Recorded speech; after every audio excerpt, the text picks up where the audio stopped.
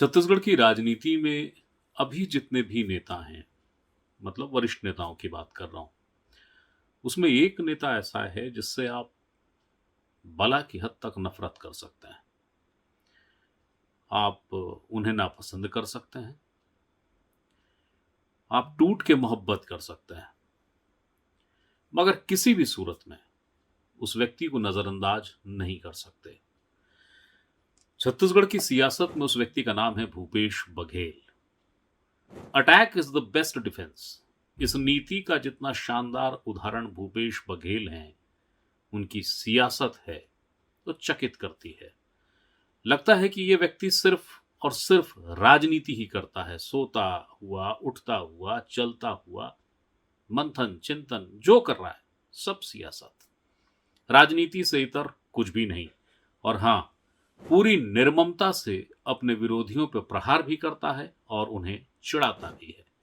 ये जो पूरी भूमिका है, इस भूमिका के पीछे भूपेश बघेल के जन्मदिन का कार्यक्रम है।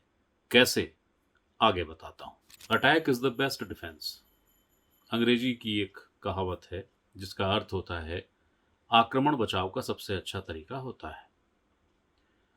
छत्तीसगढ़ में ये जो दौर है जिसमें वरिष्ठ नेता हैं बहुत सारे, और ये खूबसूरती है कि हर नेता का अपना एक स्टाइल है। भूपेश बघेल भी उन वरिष्ठ नेताओं में है जिनका अपना एक स्टाइल है, और वो स्टाइल क्या है? वही attack is the best defence.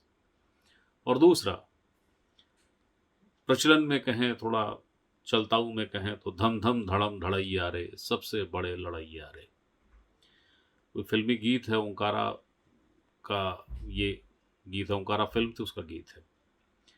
आज वो गीत क्यों याद आ रहा था और भूमिका क्यों मैं आपके सामने प्रस्तुत कर रहा था, उसके पीछे विषय है आज का कार्यक्रम। आज यानी 23 अगस्त शनिवार, सुभाष स्टेडियम रायपुर का। वहां पे भूपेश बघेल ने 2 कार्यक्रम संयुक्त रूप से किए।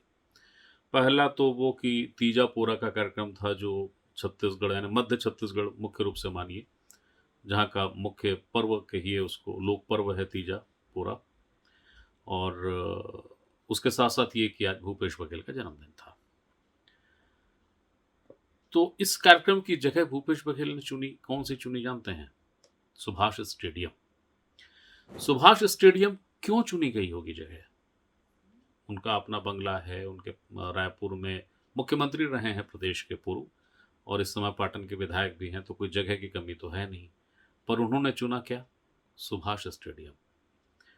और जो मैं कह रहा था कि attack is the best defence, और बीच भंवर में खड़े होके लहरों को ललकारने की जो एक शैली है, जो मोहित कर देती है भूपेश बघेल के प्रति, आकर्षित करती है, ये उसी का नमूना था सुभाष स्टेडियम। सुभाष स्टेडियम में ईडी का ऑफिस है, प्रवर्तन निदेशालय। वही प्रवर्तन निदेशालय जिसने भूपेश बघेल के पुत्र चैतन्य बघेल को आबकारी घोटाला कहिए, शराब घोटाला कहिए, उसकी जांच करते हुए बतौर आरोपी उन्हें गिरफ्तार किया। और वो जबकि ये कार्यक्रम हो रहा था उस दिन ईडी की कस्टडी में चैतन्य बघेल थे, यानी उनके ऑफिस में थे। और जब कार्यक्रम खत्म हो रहा था, उसी के आसपास के समय में ईडी ने उनको पेश कर दिया, ईडी स्पेशल कोर्ट में, और वहाँ से वो जेल भेज दिए गए। अब 6 सितंबर तक जेल में रहेंगे। वो इसके पहले भी थे, इन 5 दिनों के पहले ईडी ने उनको कस्टडी में लिया था, और ईडी ने 5 दिन की रिमांड पे लिया था। तो बताने का आशय ये है कि श्री भूपेश बघेल जी ईडी कार्यालय के सामने जो सुभाष स्टेडियम है, उन्होंने इसको एक जलसे में तब्दील किया। जलसे के लिए शानदार बहाना कह लीजिए या मौका कह लीजिए, वो ये कि भूपेश बघेल का जन्मदिन था 23 अगस्त। और उसके साथ साथ ये भी कि जो लोक पर्व है तीजापुरा, वो भी दिन था आज। तो तीजापुरा की दास्तान आप जानते ही हैं। जब वो भूपेश बघेल से, अगर आप उसके संदर्भों को देखेंगे, तो भूपेश बघेल जब मुख्यमंत्री बने छत्तीसगढ़ के, तो 2018 से 2023 के बीच हर बरस छत्तीसगढ़ी प्राइड या छत्तीसगढ़ी गर्व को लेकर उन्होंने भरसक कोशिश की कि मैं उसकी स्थापना करूं। यूं छत्तीसगढ़ का पर्व है, लोक पर्व है, तो हर जगह, हर घर, हर गांव में मनाया जाता है। पर भूपेश ने उसको एक मर्गटाइज किया कह लीजिए, या उसको इस खूबसूरती के साथ स्थापित किया कि वो इस रूप में देखे जाएं, जाने जाएं कि छत्तीसगढ़ी अस्मिता, छत्तीसगढ़ी प्राइड का अगर कोई प्रतीक है तो उसका नाम भूपेश बघेल है। बहरहाल उस प्राइड और उस परंपरा और उससे जुड़ी हुई सियासत को छोड़िए, उससे बड़ी सियासत यह है कि भूपेश बघेल ने उस जगह को चुना जलसे के लिए जिस जगह पे ईडी का कार्यालय है। वो ईडी जिसे लेकर तमाम तरह के आरोप लगते रहे हैं, राहुल गांधी भी लगाते हैं, कांग्रेस लगाती है, विपक्षी दल बहुत सारे लगाते हैं, और भूपेश बघेल तो खैर लगा ही रहे हैं। वो कहते हैं दबाव है, मैं नहीं डरता, तमाम तरह की बातें। और जैसा कि सभी जानते हैं, ईडी ने भले अभी उनके पुत्र को गिरफ्तार किया हुआ है और वो अब न्यायिक रिमांड पर पुनः जेल पहुंच गए हैं, सेंट्रल जेल रायपुर, लेकिन इस बात की आशंकाएं हर आने वाले दिन के साथ गहराती हैं कि किसी भी दिन भूपेश बघेल गिरफ्तार हो सकते हैं। मामला कौन सा होगा, क्या होगा, इस बारे में अभी कुछ कहना बड़ी जल्दबाजी है। एजेंसी ईडी होगी, एसीबी होगी, ये भी कहना बड़ी जल्दबाजी है, पर संकेत भरपूर यही हैं कि ये आशंका है कि भूपेश गिरफ्तार होंगे। और ये भूपेश बघेल हैं, वो वहां कार्यक्रम कर रहे हैं, वहां जलसा कर रहे हैं जहां सामने ईडी का ऑफिस है। तो इसको आप नाग के फन से खेलना कह लीजिए। जो उनके विरोधी हैं वो इसी रूप में शायद इसको कहना पसंद करेंगे, या दरवाजा खटखटा के ललकारना कह लीजिए, जो भी कहें, पर ये भूपेश का तेवर, भूपेश का अंदाज, भूपेश का मिजाज है। बहुत कठिन है, बहुत मुश्किल है उसको। अगर भूपेश की इस तासीर को और बेहतर समझना है तो जरा सा सोचिए ना कि परिवार का कोई लड़का, युवा जेल चला जाए और सियासती कारणों से जेल जाए। ये एक और धारणा है, एक और आम मान्यता है कि चैतन्य जो जेल गए हुए हैं उसमें घोटाले के आरोप में उनको एक एजेंसी ने पकड़ा है, सेंट्रल एजेंसी ने गिरफ्तार किया है, लगातार पूछताछ चल रही है। अभी जो अपडेट है उसको लेकर, ईडी की कार्रवाई को लेकर, वो कहते हैं कि जो रियल इस्टेट और होटल वगैरह में इन्वेस्टमेंट है उसको लेके ईडी ने कुछ नए तथ्य खोजे हैं, तलाशे हैं, और उस पर भी जांच चल रही है। मगर एक बात स्पष्ट रूप से, या कम से कम कांग्रेस के भीतर भूपेश बघेल के समर्थक ये कहते हैं कि ये जो कार्रवाई थी ये विशुद्ध राजनीतिक कार्रवाई है, चैतन्य बघेल का भला क्या लेना देना है। मगर फिलहाल ये है कि चैतन्य बघेल अंदर है। तो मैं ये बता रहा हूँ कि परिवार का कोई सदस्य, और चैतन्य भूपेश का इकलौता बेटा है, और वो गिरफ्तार है। कल्पना करिए कि ऐसा किसी अन्य परिवार के साथ हो जाए तो परिवार सहज रूप से, सामान्य रूप से रह जाएगा क्या? पर ये भूपेश बघेल हैं। भूपेश के तेवर, भूपेश का अंदाज, भूपेश का मिजाज, इसीलिए मैं कह रहा हूं कि attack is the best defence, या दरवाजा खटखटा के चिढ़ाने वाली हरकत कि करो क्या करोगे। तो जब ये कार्यक्रम हो रहा था तो कार्यक्रम के अंत में पहुंच पाया। मैं कहीं दूसरे जगह, दूसरे शहर में था।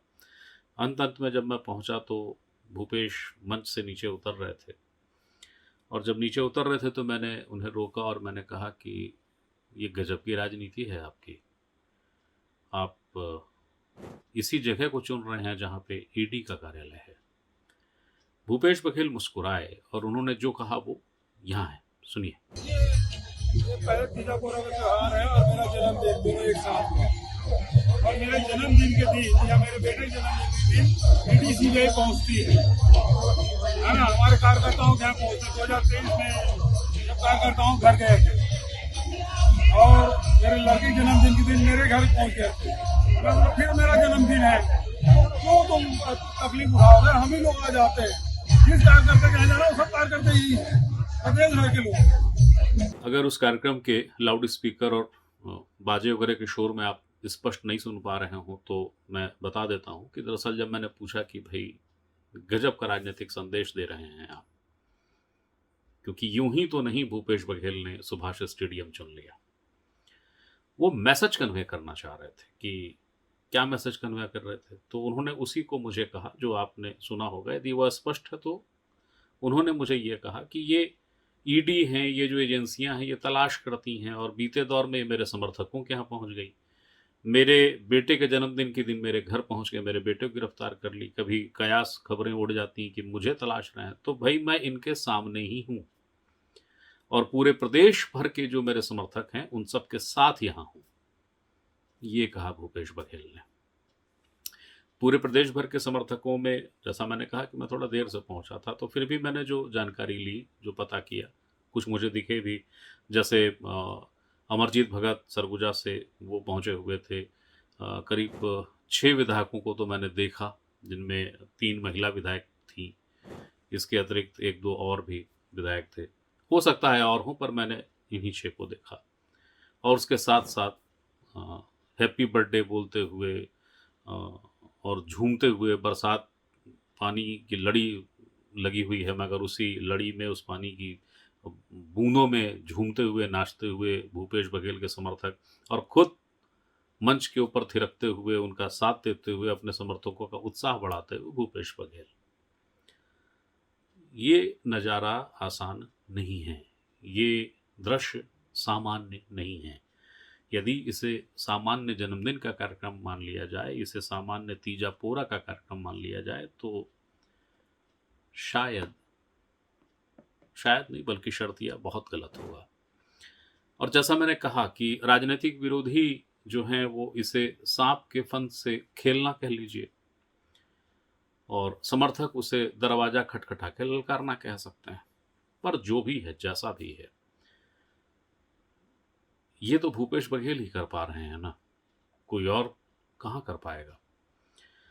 और न सिर्फ ये बता रहे हैं जन्मदिन के साथ, जब बेटा वहीं है, ईडी के ऑफिस में रिमांड पर था, भूपेश बघेल जलसा कर रहे हैं, जन्मदिन पे समर्थकों का अभिवादन स्वीकार रहे हैं, गीत बज रहे हैं और तमाम बधाइयाँ ले रहे हैं, खुद भी थिरक रहे हैं, समर्थक भी थिरक रहे हैं। तो वो ईडी को ये मैसेज दे रहे हैं, और उसको उन्होंने स्पष्ट रूप से कहा भी। और तेवर इस कदर तल्ख हैं भूपेश के, जिसकी मतलब गजब है। पुरानी बात है, 2018 की होगी, चुनाव के पहले भूपेश बघेल पदयात्रा पे थे। घरघोड़ा, रायगढ़ का जो घरघोड़ा, वहाँ से नंदेली के बीच पदयात्रा थी उनकी, और लगातार पदयात्रा कर रहे थे। और इस बहाने, जैसा कि माना जाता है, कहा जाता है कि पदयात्राएं जो हैं वो भारत की राजनीति का, कि उसके डीएनए में शामिल है, और पदयात्राएं कभी असफल नहीं होती।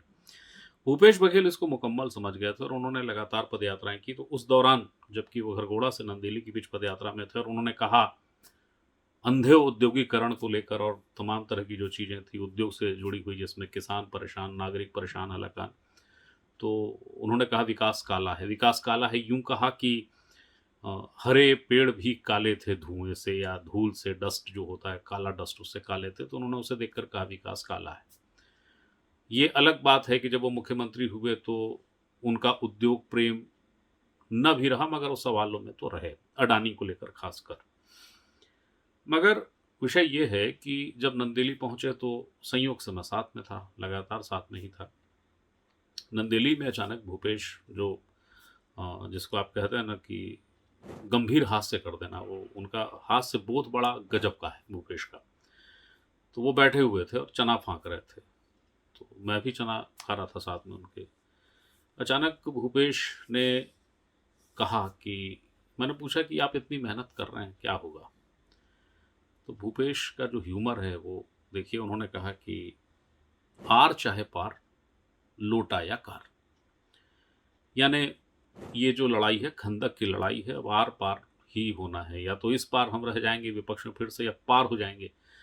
तो पार हो जाएंगे तो क्या होगा? कार मिलेगी। और नहीं हुई पार, कार नहीं मिली तो लोटा पकड़ के निकल लेंगे। तो 2018 में उनको कार मिल गई, यानी कांग्रेस को सत्ता मिल गई, भूपेश मुख्यमंत्री हो गए।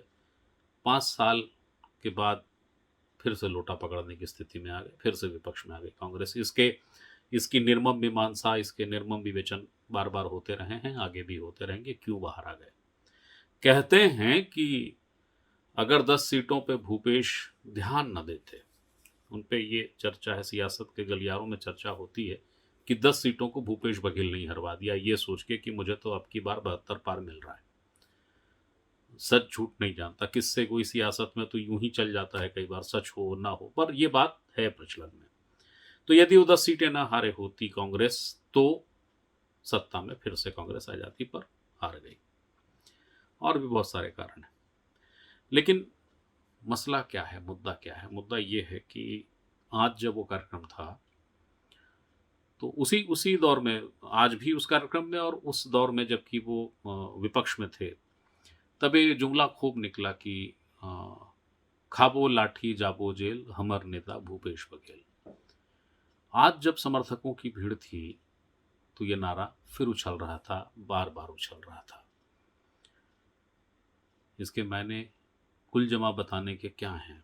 कुल जमा बताने के ये हैं, फिर से उसी जहां से बात शुरू किया था मैं, कि आप भूपेश बघेल से बला की हद तक की नफरत कर सकते हैं, आप उनसे चिढ़ सकते हैं, आप टूट के मोहब्बत भी कर सकते हैं, पर किसी सूरत भूपेश बघेल को नजरअंदाज नहीं किया जा सकता।